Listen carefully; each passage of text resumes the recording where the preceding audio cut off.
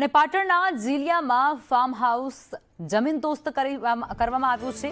ખંડણીખોર ભાવેશ જીલિયાના પતનની શરૂઆત અહીંથી જ કરવામાં આવી છે। છેલ્લા 2 દિવસથી ત્યાં ડેમોલેશનની કામગીરી કરવામાં આવી રહી હતી અને ચોટી ગેંગના લીડરનું આખું રજવાડું જે ઊભું કરવામાં આવ્યું હતું, ગેરકાયદેસર રીતે તેને જમીનદોસ્ત કરવામાં આવ્યું છે। બુલડોઝર એક્શન ત્યાં લેવામાં આવ્યું છે અને આખું જ સામ્રાજ્ય જેને ધ્વસ્ત કરી દેવામાં આવ્યું છે। ભાવેશ જીલિયા વિરુદ્ધ અલગ અલગ ગુના પણ નોંધાયેલા છે। દાદાના બુલડોઝરે લુખ્ખાઓને સ્પષ્ટ સંદેશો આપ્યો છે। આ કાર્યવાહી જોઈ, આ કામગીરી સરકારની જોઈ અને તમામ એ અસામાજિક તત્વો જે ખુલ્લેઆમ ફરી રહ્યા છે તેમાં પણ ક્યાંક ફફડાટ જોવા મળી રહ્યો છે અને પાટણમાં આ દાખલારૂપ કામગીરી છે તે સરકાર દ્વારા ભાવેશ જીલિયા વિરુદ્ધ કરવામાં આવી છે, જેને આખો જ ફાર્મ બનાવ્યો હતો ગેરકાયદેસર જમીન પર। સંદેશ ન્યૂઝ પર સૌથી મોટા સમાચાર મળી રહ્યા છે, એક્સક્લુઝિવ સમાચાર કે જે ભાવેશ જીલિયા હતું તેનું સલ્તનત ખતમ કરી દેવામાં આવ્યું છે। મારી પાછળના આપ દ્રશ્યો જોઈ શકો છો કે મોડી રાત્રે દાદાનું બુલડોઝર છે તે ચાલી ગયું છે અને જે રીતના ભાવેશ જીલિયા છે અલગ જોડી ખલક ખજાના નામની તેની હવેલી હતી તે હવેલીને ભસ્મીભૂત કરી દેવામાં આવી હતી। સતત 3 દિવસથી અહીંયા દાદાનું બુલડોઝર ચાલતું હતું। જે રીતના વાત કરવામાં આવે તો એક જગ્યાએ અત્યારે બુલડોઝર દ્વારા નુકસાની કરી દેવામાં આવી છે, તમામે તમામ વસ્તુઓને તોડી નાખવામાં આવી છે। જે રીતના વાત કરવામાં આવે જે બંગલો હતો તે બંગલાને 3 દિવસથી તોડવાનું કામકાજ ચાલતું હતું। મોડી રાત્રે 2 વાગ્યાના આસપાસ સમગ્ર બંગલો જે હતો અલગ જોડી ખલક ખજાનો તે તોડી નાખવામાં આવ્યો છે। વાત કરવામાં આવે તો 3 દિવસ પહેલાથી જ આ જે સમગ્ર ફાર્મ છે તે ફાર્મને તોડવાની શરૂઆત કરી દીધી હતી।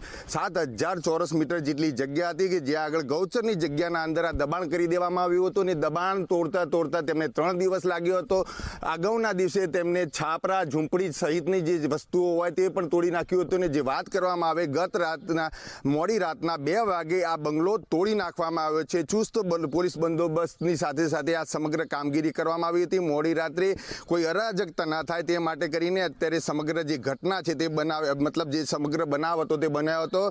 અને જે વાત કરવામાં આવે ભાવેશ જીલિયાની તો ભાવેશ જીલિયાના ઉપર એક ગુનાને લઈને હવે પોલીસ તપાસ કરી રહી છે અને વધુ એક પોલીસ ફરિયાદ પાટણના બી ડિવિઝન ખાતે 10 લાખ રૂપિયાની લેતી મામલે પણ નોંધી દેવામાં આવી છે। તો જે રીતના વાત કરવામાં આવે ચમરબંધીઓને ના છોડવાની, ટપરીઓને ના છોડવાની હરસંઘવીએ વાત કરી દીધી છે, તેને લઈને હવે સરકાર એક્શન મોડમાં દેખવા મળી રહી છે। અને જે રીતના વાત કરવામાં આવે તો હવે સરકારે એક ગણીને જે ગુનાઓને અંજામ આપનાર લોકો છે તેને છોડવામાં નહીં આવે તેવો સંદેશો આપી દીધો છે। તો જે રીતના વાત કરવામાં આવે ભાવેશ જીલિયાનો અલગ જોડી ખલક ખજાનો હવે ભસ્મીભૂત થઈ ગયો છે અને જે તેની ગુનેગારીની સલ્તનત હતી તે પણ નિસ્તો નાબૂદ કરી દીધી છે, જમીનદોસ્ત કરી દીધી છે। યશવંત પટેલ, સંદેશ ન્યૂઝ, પાટણ। પાટણમાં મસ્તાની ગેંગ વિરુદ્ધ વધુ એક ફરિયાદ નોંધાઈ છે। ભાવેશ જીલિયા અને ભાર્ગવ જીલિયા વિરુદ્ધ ફરિયાદ નોંધવામાં આવી છે। અક્કી દેસાઈ અને દેવુ દેસાઈ સહિત 6 વિરુદ્ધ પણ આ ફરિયાદ નોંધાય છે। જૂની અદાવતમાં ગાડીના કાચ તોડતાની સાથે ફરિયાદ થઈ હતી, જેમાં 10 લાખની લેતી દેતીમાં લુખ્ખાઓએ આતંક મચાવ્યો હતો અને તેને જ આધારે વધુ એક ફરિયાદ નોંધી દેવામાં આવી છે। ભાવેશ જીલિયાની જે આખું જ સ્ટેટમેન્ટ એ પણ સામે આવી રહ્યું છે, તેની કરમ કુંડળી પર તેને કહી શકાય। વર્ષ 2016માં દેવું ન ચૂકવી શકતાની સાથે જ તે ગુનેખોરીનો જે આખો જ કૌભાંડ છે તે રચવાનું તેને શરૂ કર્યું હતું।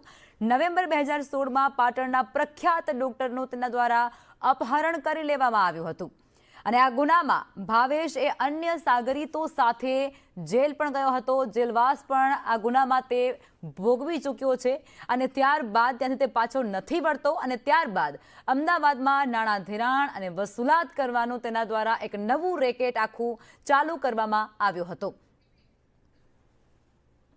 પાટણમાં મસ્તાની ગેંગ વિરુદ્ધ વધુ એક ફરિયાદ દાખલ કરાઈ છે। ભાવેશ જીલિયા અને ભાર્ગવ જીલિયા વિરુદ્ધ આ ફરિયાદ, જેમાં અક્કી દેસાઈ, દેવુ દેસાઈ સહિત 6 વિરુદ્ધ ફરિયાદ નોંધાઈ છે। જૂની અદાવતમાં ગાડીના કાચ તોડતાની સાથે જ આ ફરિયાદ થઈ છે। 10 લાખની લેતી દેતીમાં લુખ્ખા તત્વો દ્વારા આતંક મચાવવામાં આવ્યો હતો અને જેને લઈ અને વધુ એક ફરિયાદ પણ દાખલ કરી દેવામાં આવી છે। સંવાદદાતા યશવંત તમારી સાથે જોડાઈ ચૂક્યા છે। યશવંત, શું છે આ મામલો અને વધુ એક ફરિયાદ દાખલ કરવામાં આવી છે, તેને લઈને શું અપડેટ?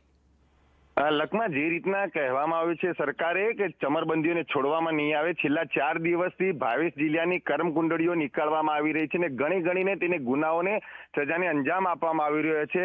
જે રીતના તે ખંડણીખોર હતો, ગુસ્સીટોક હતો, આર્મ એક્ટના ગુનામાં સંડોવાયેલો ભાવેશ જીલિયા અનેક ગુનાઓને અંજામ આપી ચૂક્યો હતો, પરંતુ જે સરકારની નજરથી બચી રહ્યો હતો તેને હવે ગણી ગણીને તેના ગુનાઓને અંજામ આપવામાં આવી રહ્યો છે. સ્વાભાવિક રીતે જે ખંડણીખોર જે વ્યાજે રૂપિયા દીધતો હતો તે જ મુદ્દો હતો આ ગુનાના અંદર. 10 લાખ રૂપિયાની લેતી દેતીનો મામલો હતો. 7/3/2026 રોજ એક વ્યક્તિ હતો જેને 10 લાખ રૂપિયા ભાવેશ જીલિયા પાસેથી લીધા હતા અને તે વ્યક્તિએ ઉઘરાણી પેટે તે વ્યક્તિની ગાડી જતી હતી. તે વખતે હાઈવે પર 4 ગાડીઓ તેના લુખ્ખાઓને મોકલીને ગાડીને ઘેરી લીધી હતી. તમામ લોકોએ તે ગાડી ઘેરીને તેના કાચ તોડી નાખ્યા હતા. તે મુદ્દે લઈને ક્યાંક ને ક્યાંક ઠાકોર સમાજ, ક્ષત્રિય સમાજ હતો તે પણ રોષે ભરાયો હતો, કારણ કે જ્યારે મસ્તાની ગેંગ, છોટી ગેંગ હતી તેને પણ અનેકવાર ભોગ બનાવેલા છે અનેક લોકોએ. તો ક્ષત્રિય સમાજ દ્વારા પણ ગઈકાલે જે પાટણ જિલ્લા એસપીને રજૂઆત કરવામાં આવી કે જે રીતના તેમના લોકોનો વરઘોડો નીકળ્યો હતો તેવો જ છોટી ગેંગનો પણ વરઘોડો નીકળે, તો પોલીસ ધીરે ધીરે હવે હરકતમાં આવી રહી છે અને જે પણ ભાવેશ જીલિયાની કરમકુંડળીઓ છે તે નીકાળીને બહાર લાવી રહી છે.